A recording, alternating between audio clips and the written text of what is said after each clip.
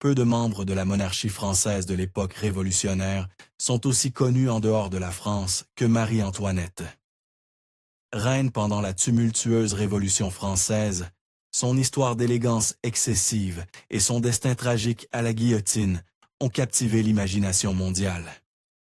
Pourtant, il y avait bien plus à découvrir sur la dernière reine du régime de l'Ancien Régime en France que ce que l'on sait généralement. Et elle a mené une vie fascinante avant les événements de la Révolution. Peu avant que son mari, le roi, ne soit exécuté, la Nouvelle République arracha de force son fils de 8 ans de ses bras. Ce qu'ils lui firent ensuite était profondément troublant. Marie-Antoinette est née. Maria Antonia Josepha Johanna, fille de l'impératrice Marie-Thérèse et de François Ier, empereur du Saint-Empire romain germanique. De naissance, elle était archiduchesse d'Autriche. En grandissant, Marie-Antonia fut élevée par une gouvernante royale, aux côtés de sa sœur aînée. Bien qu'elle ait eu accès aux meilleurs précepteurs, elle rencontrait des difficultés. Elle avait du mal à écrire en allemand et à parler français et italien. Comme ses sœurs avant elle, Maria Antonia était une pièce que ses parents pouvaient utiliser dans le jeu de la politique. La mère de Maria Antonia, l'impératrice Marie-Thérèse, souhaitait sceller une nouvelle alliance avec la France et désirait la marier. Il se trouvait que Maria Antonia avait à peu près le même âge que le petit-fils aîné, héritier du roi Louis XV de France. Dans le cadre de ces négociations, Louis XV envoya un homme nommé Matra-Jacques de Vermont pour être le précepteur de Maria Antonia. Il découvrit ce que la plupart savaient déjà. Maria Antonia était peu instruite et avait des difficultés avec l'écriture. Cependant, il ne la trouva pas totalement dépourvue de qualités positives. Il pensait qu'elle avait un bon caractère et un bon cœur, et qu'elle était plus intelligente que ce que l'on pensait généralement. Pour mieux correspondre aux images et aux attentes de la cour française, ils ordonnèrent une transformation pour Maria Antonia. Ils lui redressèrent les dents, changèrent sa garde-robe et modelèrent sa coiffure d'après les dames respectées de la cour de Versailles.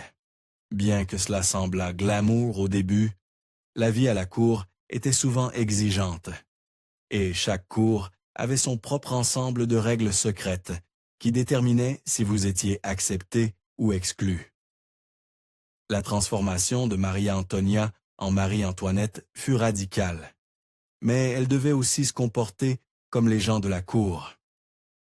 On lui apprit même à marcher différemment, selon la coutume de la cour. Le roi Louis XV scella officiellement l'accord entre lui et Marie-Thérèse le 7 février 1770, lorsqu'il fit une offre officielle de mariage entre Maria Antonia et son héritier, son petit-fils aîné encore en vie, Louis-Auguste, duc de Berry et dauphin de France. Ils furent mariés le 19 avril 1770 à Vienne, avec son frère, l'archiduc Ferdinand, tenant le rôle de son mari pendant la cérémonie. Elle ne rencontrerait son véritable mari, bien qu'ils fussent déjà mariés, qu'un mois plus tard, lorsqu'elle arriva en France. Le jeune couple se rencontra officiellement le 14 mai 1770, à quelques kilomètres au nord de Paris. Une fois sur le sol français, Maria Antonia adopta la version française de son nom, devenant officiellement Marie-Antoinette. Une autre cérémonie de mariage eut lieu 2 jours plus tard à Versailles, cette fois avec un rituel étrange inclus. À cette époque, il était courant qu'un mariage se termine par un rituel de coucher, où un grand groupe, généralement des amis et de la famille, se rassemblait autour du lit des nouveaux mariés, pour assister à leur première union physique. Cependant, dans la plupart des cas, y compris celui-ci, le rituel se terminait avec le départ du groupe avant que quoi que ce soit d'intime ne se produise. En fin de compte, rien ne se passa lors de leur première nuit ensemble, et ils échouèrent à consommer leur mariage pendant encore 7 ans. Cela posait problème, car la nécessité de produire des héritiers était une question pressante pour tout couple royal. Alors que leur incapacité à consommer le mariage tourmentait le couple, Marie-Antoinette avait d'autres problèmes à gérer. Étrangère à la cour française et autrichienne de surcroît, beaucoup la détestaient simplement pour ce qu'elle était. L'un de ses plus grands problèmes à la cour, lorsqu'elle arriva, était Madame du Barry. Bien que Madame du Barry soit arrivée à la cour française par un scandale, en 1770, elle était la maîtresse principale du roi Louis XV depuis plusieurs années et détenait un pouvoir considérable. Elle semblait déterminée à utiliser ce pouvoir pour nuire à la nouvelle dauphine.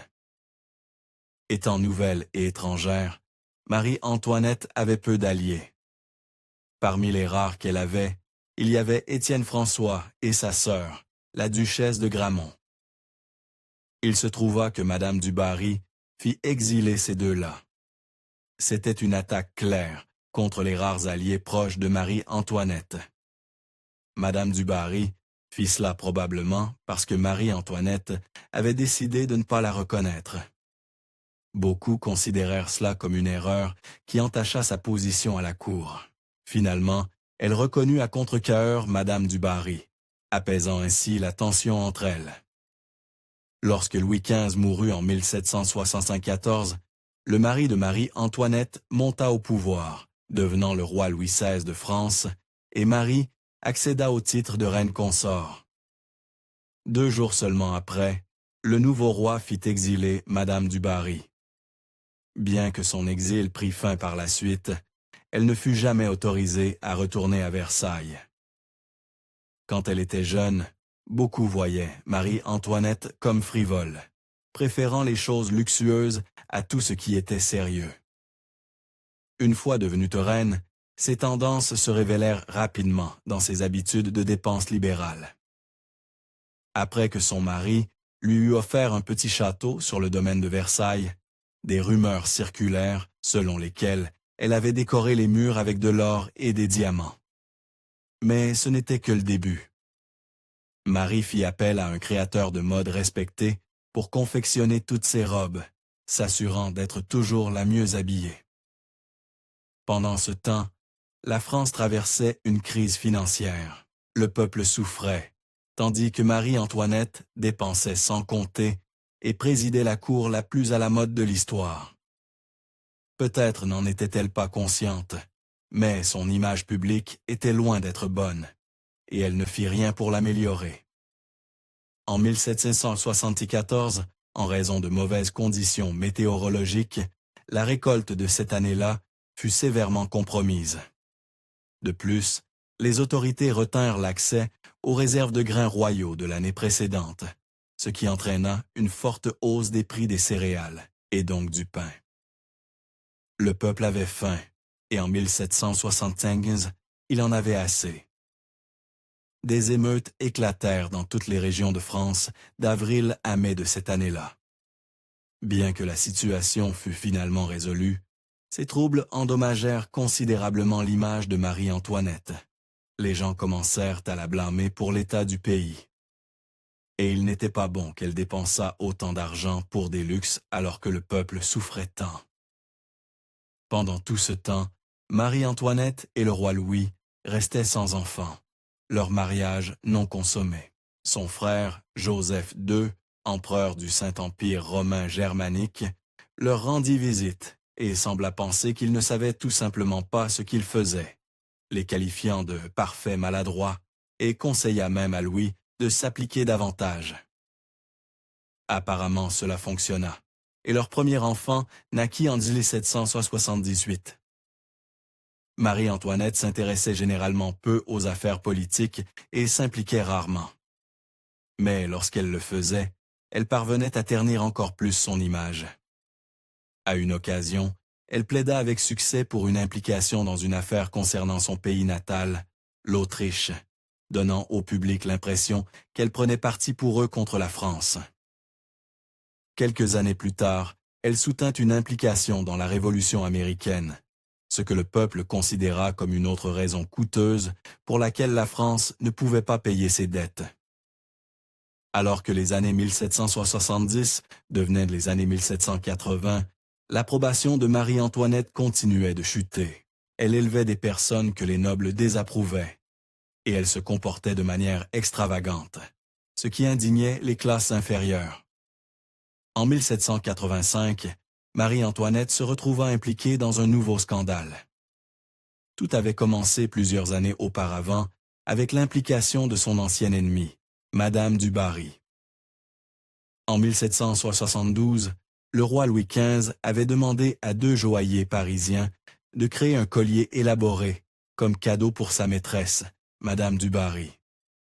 Cependant, cela prendrait plusieurs années, et au moment où le collier fut terminé, Louis XV était mort et sa maîtresse était partie. Néanmoins, le travail terminé, les joailliers essayèrent bien de le vendre à Marie-Antoinette, mais elle refusa toujours. Une escroc du nom de Jeanne de Valois-Saint-Rémy manipula le cardinal de Rohan, qui cherchait à regagner les faveurs de la reine. Elle utilisa son argent pour acheter le collier, ce qui fit croire à tout le monde que Marie-Antoinette l'avait réellement commandé. Une fois que Jeanne eut le collier, elle le démantela rapidement et vendit toutes les pierres. Lorsque Marie-Antoinette découvrit le complot, les autorités arrêtèrent Rohan, Jeanne et plusieurs de ses complices. Ils furent tous jugés. Jeanne et ses complices de condition inférieure furent reconnus coupables et punis. Les tribunaux acquittèrent Rohan au motif qu'il était une partie innocente et trompée.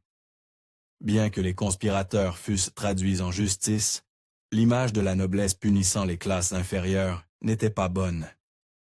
Bien que les tribunaux aient décidé de statuer que Marie-Antoinette n'était au courant de rien et était en réalité la victime, le public avait une opinion différente. Beaucoup de gens croyaient que Marie-Antoinette avait tout fabriqué uniquement pour obtenir des bibelots plus coûteux. Après ce scandale, il devint clair que Marie-Antoinette devait réformer son image. Elle commença à mettre de côté ses frivolités et à s'impliquer davantage dans la politique, se consacrant publiquement à l'éducation et à l'élevage de ses enfants. Pourtant, ses efforts furent trop faibles et trop tardifs. À cette époque, Louis commença à souffrir de dépression et dépendait donc davantage des conseils de sa femme. Marie-Antoinette influença de nombreuses réformes du système financier pour sortir la nation de la pauvreté. Mais ces réformes échouèrent en raison de facteurs hors de son contrôle, et le public la blâma pour chaque échec. En 1789, le fils aîné du couple royal, Louis-Joseph, succomba à la tuberculose. À ce stade, la nation était trop en proie au tumulte pour compatir avec le roi et la reine. Marie-Antoinette devint autoritaire, déterminée à écraser les menaces de révolution. Et après plusieurs petits affrontements, cela culmina avec la prise de la Bastille le 14 juillet. À ce moment, de nombreux membres de l'aristocratie commencèrent à fuir Paris. Pourtant, le roi et la reine restèrent. Une autre pénurie de pain éclata parmi le peuple, et la famille royale fut forcée à une assignation à résidence au Palais des Tuileries à Paris. Des négociations prudentes entre le monarque et le peuple marquèrent cette période. Marie-Antoinette parvint à rallier leur plus grand allié dans la Révolution, le comte de Mirabeau, à leur cause. C'était un révolutionnaire modéré qui soutenait l'idée d'une monarchie constitutionnelle. Mais après la mort de Mirabeau, la garde nationale interdit à la famille royale de quitter Paris pour la campagne. La situation devenait plus grave, et ils devaient maintenant fuir. Marie-Antoinette avait souhaité quitter Paris plus tôt. Pourtant, le roi posait toujours un problème, soit en refusant, soit en prenant trop de temps pour agir. Enfin, en juin 1791, ils planifièrent la fuite de toute la famille royale, déguisée en serviteurs. C'était un plan mal exécuté, et les gardes les capturèrent tous en moins de 24 heures. La tentative d'évasion détruisit tout le soutien qu'il restait à la famille royale. Ils furent ramenés aux Tuileries et placés sous surveillance constante. Sa santé commença à se détériorer, et son refus de faire des compromis lui fit perdre les quelques alliés qu'elle et le roi avaient encore. Le plus grand espoir de Marie-Antoinette était que sa famille en Autriche la soutienne, mettant fin à la Révolution en France.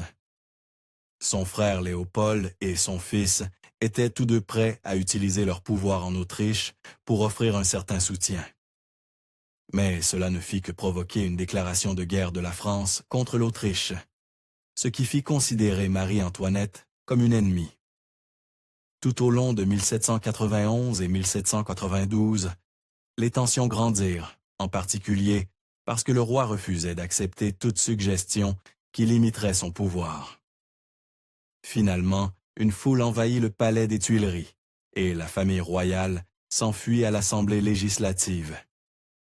Ils ne s'y réfugièrent que quelques jours. Le 12 août, ils furent déplacés à nouveau, cette fois au Temple du Marais, où ils furent désormais emprisonnés sans leur luxe. Peu après, le peuple de France se déclara république. Louis fut jugé pour trahison. N'étant plus roi aux yeux de la République, il fut bientôt condamné à la guillotine en 1793. Marie-Antoinette était maintenant seule, et ils ne savaient pas quoi faire d'elle. Bien que la nouvelle République ne pût encore s'accorder sur ce qu'il fallait faire de Marie-Antoinette, ils avaient des plans pour son fils de 8 ans, Louis-Charles. Pensant qu'il était encore assez jeune pour être influencé, ils arrachèrent de force Louis-Charles à Marie-Antoinette. En quelques semaines, ils le retournèrent bas contre elle. Et le jeune Louis-Charles fut probablement même forcé de signer une déclaration, accusant Marie-Antoinette de relations inappropriées à son égard. Il était complètement sous leur contrôle. En fin de compte, Marie-Antoinette fut jugée en octobre 1793 avec seulement un jour pour se préparer. Et la plupart des historiens s'accordent à dire que le procès était une mascarade, rien de plus qu'un moyen de ridiculiser la femme qu'ils détestaient. Ils l'accusèrent de charges exagérées et ridicules. Elle fut reconnue coupable de haute trahison et envoyée à la guillotine, tout comme son mari. Avant la fin, elle aurait accidentellement marché sur le pied de son bourreau et lui aurait demandé pardon, car elle ne l'avait pas fait exprès.